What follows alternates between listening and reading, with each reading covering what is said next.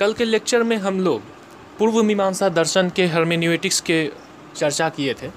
The science of interpretation of a text, how to interpret a text, how to derive the true meaning of a sentence, of a proposition.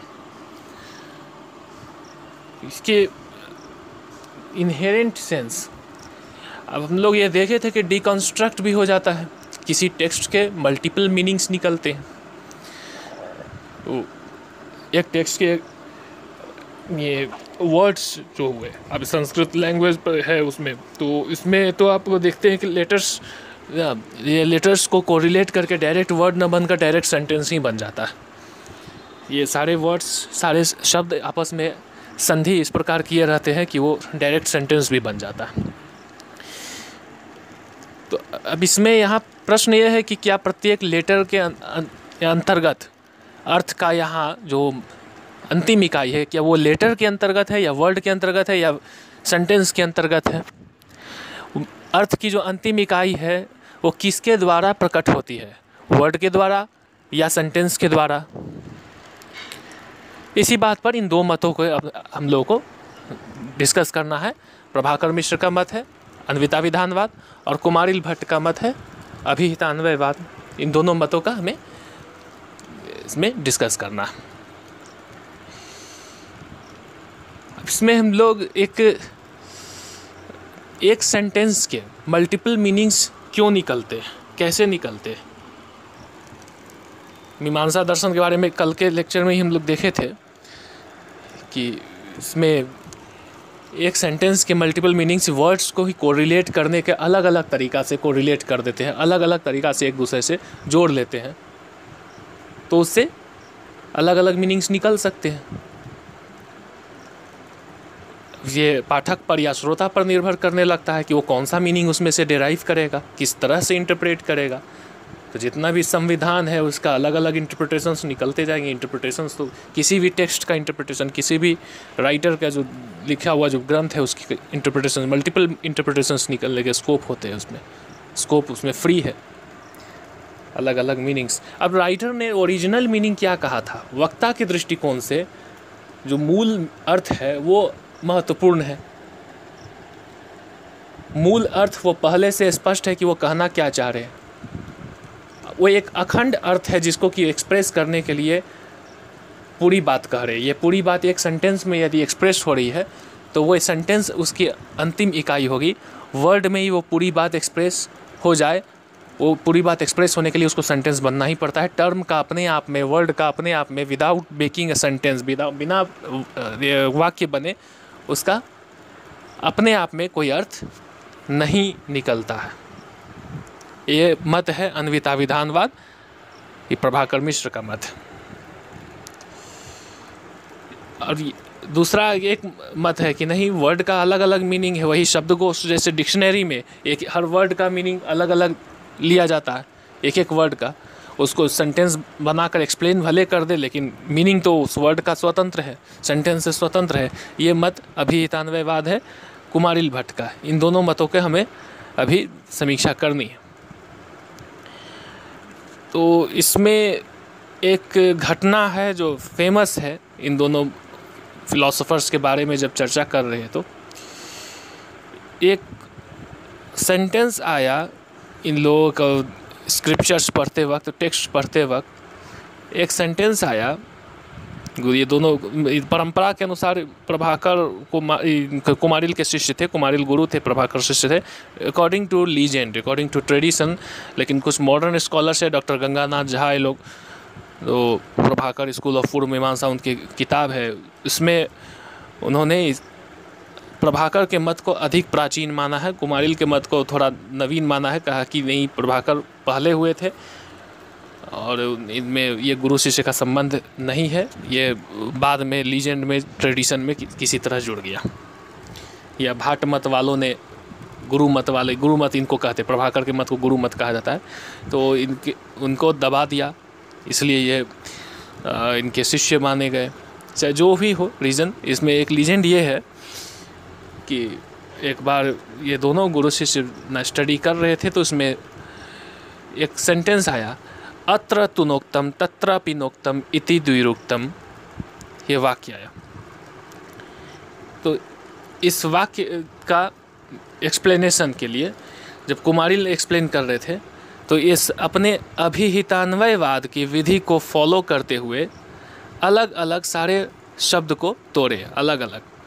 अत्र अलग किए, तू अलग किए, न अलग किए, उक्तम अलग किए, फिर उसके आगे तत्र, उसके बाद अपि, तत्र अपि न उक्तम, ऐसे फिर अलग अलग किए, इति द्विरुक्तम। अब इस विधि को फॉलो करने से सब सेंटेंस का तो विच्छेद किए, सारे वर्ड्स जो स्मॉलेस्ट इकाई है वहाँ तक पहुँचकर, जो स्मॉलेस्ट इकाई में जितने लेटर्स हैं उन लेटर्स को आपस में कोरिलेट करके जो स्मॉलेस्ट जो यूनिट ऑफ मीनिंग इनके अनुसार जो शब्द है स्मॉलेस्ट यूनिट ऑफ मीनिंग, तो उसको वो वहाँ तक पहुँचे। स्मॉलेस्ट यूनिट ऑफ मीनिंग, अब जैसे अत्र इस शब्द का मीनिंग होगा यहाँ, तू तो, न नहीं, उक्तम कहा गया, यहाँ तो नहीं कहा गया, ये अलग अलग निकाला गया मीनिंग, अलग अलग सारे सेंटेंस सारे वर्ड्स को अलग अलग किया गया। इसके आगे है तत्र अपि, तत्र वहाँ, देयर वहाँ, अपि भी, न नहीं, उक्तम कहा गया, वहाँ भी नहीं कहा गया, अलग अलग उसका अर्थ निकाले, अलग अलग वर्ड्स और सबके अलग अलग मीनिंग निकाले। उसके बाद कहा इति द्विरुक्तम, इस प्रकार 2 बार कहा गया। हाँ, इसका मीनिंग कुछ निकल ही नहीं रहा है, सेल्फ कॉन्ट्रडिक्टरी बात, सेंस नहीं निकल रहा है, मेकिंग नो सेंस कि इससे कोई क्या अर्थ है, प्रमा क्या उत्पन्न हुआ, इसे कॉग्निशन कौन सा उत्पन्न हो रहा है, इसमें क्या सेंस निकल रहा है। मैं ये देखिए कि कोई सेंस नहीं निकल रहा है, इसको एक्सप्लेन करने के लिए बहुत कोशिश किया उन्होंने, लेकिन ये नहीं हो सका, तो लास्ट में उन्होंने छोड़ दिया। और फिर शाम का समय संध्या करने वो लोग चले गए, फिर रात के समय वो लोग जब वापस फिर बैठे पढ़ने, तो उसमें प्रभाकर जो उनके शिष्य थे उन्होंने इसका अर्थ निकाला कि ये ऐसे नहीं होगा, इस सेंटेंस का मीनिंग इस तरह से नहीं डिराइव किया जा सकता। इसका मीनिंग डिराइव करने के लिए हमें इसके एक एक वर्ड को अलग अलग एकदम स्मॉलेस्ट यूनिट में न बांटकर इस पूरे सेंटेंस को एक साथ देखना होगा, एक साथ इसको पढ़ना होगा, इस पूरे सेंटेंस को। तो पूरे सेंटेंस का एक अखंड मीनिंग निकलेगा और फिर उस मीनिंग को एक्सप्रेस करने में सहायक इन सारे लेटर्स को, उन मीनिंग्स, उसी एक मीनिंग, एक अखंड अर्थ को एक्सप्रेस करने में सहायक मानना होगा। उस एक अखंड मीनिंग को एक्सप्रेस करने में सहायक वे सारे शब्द, वे लेटर्स, वे शब्द और वो पूरा का पूरा वाक्य, जिसका एक अखंड अर्थ होगा, एक सिंगल मीनिंग होगा, अलग अलग मीनिंग्स को रिलेट करने से नहीं होगा। यहाँ तो नहीं कहा गया, ये नहीं बीच में आ गया, दोनों में नहीं नहीं जुड़ गया, फिर कह रहा है कि कहा गया, 2 बार कहा गया, जबकि डबल दोनों में निगेट कर रहा है, तो सेल्फ कॉन्ट्रडिक्टरी है। तो अलग अलग वर्ड के अलग अलग मीनिंग निकाल के और फिर उन सारे मीनिंग्स को जोड़कर एक सेंटेंस का मीनिंग बनाएंगे, ये अभिहितान्वयवाद का विधि है। तो इससे नहीं चलेगा, पूरे सेंटेंस का एक अखंड अर्थ होगा, पूरा सेंटेंस का जोड़ा गया, फिर से उसको जोड़कर देखे, अत्र तुना उक्तम, तत्र अपिना उक्तम इति द्विरुक्तम, कहा कि नहीं, तुना निपात है, अपिना निपात है, ये अलग अलग इसको नहीं तोड़कर उसको रिलेट करके देखा गया और पूरे सेंटेंस से जोड़कर जब पूरे सेंटेंस का एक अखंड मीनिंग एक्सप्रेस होता है तो ये हुआ। तो बोले कि वो तो वाकई इसके ये मेथड यहाँ काम कर गया। अन्विता विधानवाद, अन्वित है यहाँ, कोरिलेटेड, अन्वित, ये सारे वर्ड्स एक दूसरे से अन्वित होकर ही मीनिंग निकालते हैं, कोरिलेट करके ही मीनिंग निकालते हैं। अभिहितान्वय, अभिहित, अभिहित का अर्थ हुआ कि ये अभिहित है, इसमें इनहेरेंट है, अलग अलग मीनिंग नहीं है इसमें, अलग अलग इसमें जो है ये मीनिंग्स इसके अंदर इनहेरेंट है, एक सिंगल मीनिंग इस पूरे को जोड़कर नहीं कर सकते हैं। तो इस सिंगल मीनिंग ना करके ये सारे मीनिंग्स को आपस में रिलेट करके आपस में एक दूसरे से जोड़कर तब एक सिंगल मीनिंग निकलता, तब एक उसके बाद एक मीनिंग, इसके ऊपर मतलब कि प्राइमरी लेवल पे वर्ड के मीनिंग निकल रहे हैं, उसके बाद सेकेंडरी लेवल पे सेंटेंस की मीनिंग, ये अभिहितान्वयवाद है, अभिहित है। अभिहित मतलब कि इसमें अर्थ इनहेरेंट है प्रत्येक शब्द में, और एक एक शब्द के अर्थ उस शब्द में इनहेरेंट होने के बाद फिर उस शब्द को जब रिलेट कर रहे हैं तो उसके मीनिंग्स भी उसके साथ इंटर रिलेट हो रहे हैं, तो उसके ऊपर वो कंस्ट्रक्ट, उसके ऊपर बेस होकर तब सेंटेंस का मीनिंग बन रहा है। मतलब प्राइमरी में वर्ड का मीनिंग निकल रहा है, सेकेंडरी में सेंटेंस का मीनिंग निकल रहा है। और अन्वित विधानवाद में नहीं, अन्वित है, ये सब आपस में इंटर रिलेटेड है, को रिलेटेड है, और तब वो कोई मीनिंग, एक अखंड मीनिंग को एक्सप्रेस कर रहा है।